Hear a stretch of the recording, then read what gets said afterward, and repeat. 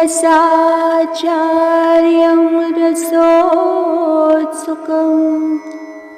श्रीमद् रामहर्षणदेवाख्यं सद्गुरुं प्रणमाम्यहम्।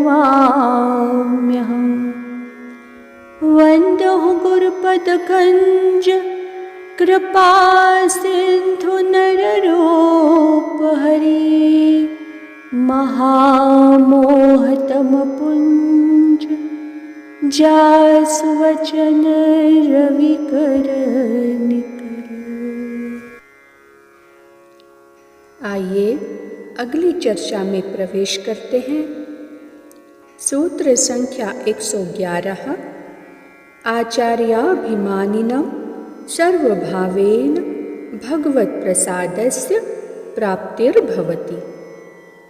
आचार्याभिमानिनं सर्वभावेन भगवत्प्रसादस्य प्राप्तिर्भवति। सूत्रार्थ: आचार्यपरायण प्रपत्ता को सर्वभावेन भगवान की पूर्ण कृपा प्रसाद की प्राप्ति होती है। आचार्यपरायण प्रपत्ता को सर्वभावेन भगवान की पूर्ण कृपा प्रसाद की प्राप्ति होती है। व्याख्या: आचार्याभिमानी को परब्रह्म पुरुषोत्तम भगवान की सर्वभावेन कृपा प्राप्त होती है, क्योंकि आचार्य सेवा को स्वयं की सेवा समझकर प्रभु परम प्रसन्न हो जाते हैं। प्रभु की परम कृपा प्राप्त कर आचार्यानुगामी को क्या पाना और क्या जानना शेष रह जाता है? कुछ नहीं। जैसे परम पति भक्ता अनुसुईया जी पर प्रसन्न होकर श्री ब्रह्मा विष्णु महेश तीनों उनके लड़के बनकर स्वयं को दे डाले, वैसे आचार्यानुवर्ती को प्रभु अपना सर्वस्व सौंप दे तो कौन आश्चर्य की बात है। स्वयं भगवद वाक्य है, तत्र भागवतान धर्मान शिक्षेद गुर्वात्मदैवतः अमायानुवृत्त्या यैस्तुष्येदात्मात्मदो हरिः। जो अपने गुरुदेव को अपनी आत्मा तथा इष्ट देव समझता हुआ छल कपट छोड़कर उनकी अनुवृत्ति को धारण करता है, उस भागवत धर्म की शिक्षा लेने वाले आचार्याभिमानी को अपनी आत्मा को समर्पण कर देने वाले साक्षात हरि भगवान उसकी आचार्य प्रीति से परम प्रसन्न हो जाते हैं। सूत्र संख्या 112। सर्व प्रियो भवति। सर्व प्रियो भवति। सूत्रार्थ: आचार्य को सर्वस्व समझने वाला वैष्णव सबका प्रिय बन जाता है। आचार्य को सर्वस्व समझने वाला वैष्णव सबका प्रिय बन जाता है। व्याख्या: आचार्य परायण प्रपन्न जड़ चेतनात्मक सारे संसार को आत्माधिक प्रिय लगता है, क्योंकि सर्वभूतात्मा पुरुषोत्तम भगवान के प्रसन्न होने पर सबकी प्रसन्नता प्राप्त होना स्वाभाविक है।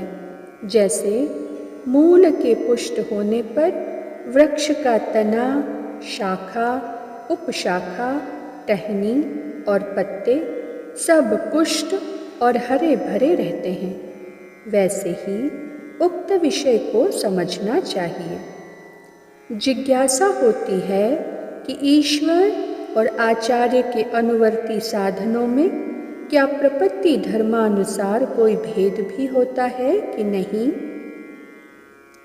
सूत्र संख्या 113। एकैव धर्माचारः परस्परं परमा प्रीतिः। एकैव धर्माचारः परस्परं परमा प्रीतिः। सूत्रार्थ: आचार्य को सर्वस्व मानने वाले तथा भगवान को मानने वाले दोनों भक्तों में परस्पर प्रीति और दोनों की धर्मचर्या एक ही होती है।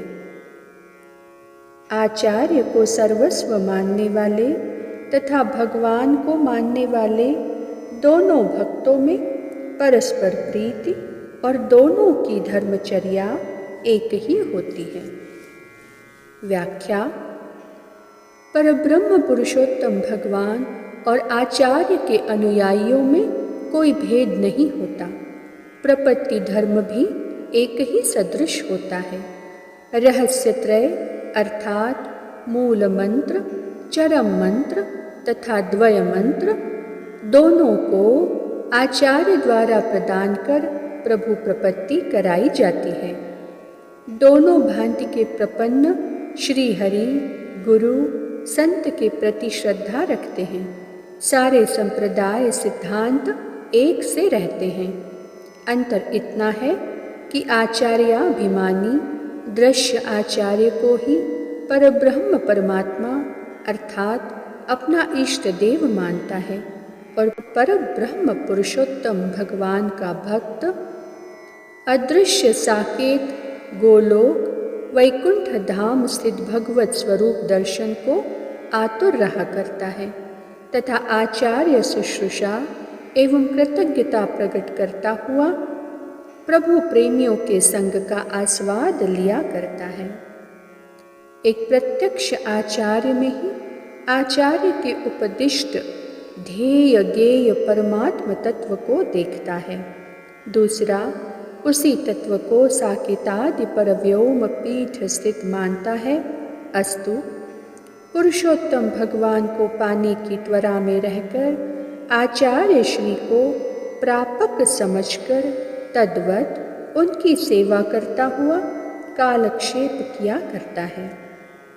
आचार्याभिमानी आचार्य को मोक्ष प्रदाता और परम प्रभु का भक्त परब्रह्म परमेश्वर को मोक्ष प्रदाता तथा आचार्य को मोक्ष मार्ग का शोधन कर उसमें चलाने वाला मानता है। समझने पर आचार्य प्रभु स्वरूप ही हैं और भगवान आचार्य स्वरूप ही हैं। अस्तु, दोनों प्रकार के प्रपन्न भक्त एक निष्ठा वाले ही हैं। दोनों में परस्पर प्रीति का होना भी स्वाभाविक है। दोनों परम पद की ही कामना करने वाले तथा एक ही अद्वय तत्व के उपासक हैं। जैसे कोई अर्चा विग्रह में ही पूर्णता की दृष्टि रखता है, कोई अपने हृदय विराजित अंतर्यामी में एक की प्रत्यक्ष अर्चा पूजा होती है, दूसरे की अप्रत्यक्ष यानी मानसिक भाव से, किंतु उपासना एक ही परम दैव की होती है। वैसे ही उक्त विषय को जानना चाहिए। जिज्ञासा होना मन में स्वाभाविक है कि आचार्याभिमानी मुमुक्षु कम होते हैं। इसमें कारण क्या है? आज की चर्चा को वाणी यही विराम देती है। श्री सद्गुरुदेव भगवान की जय।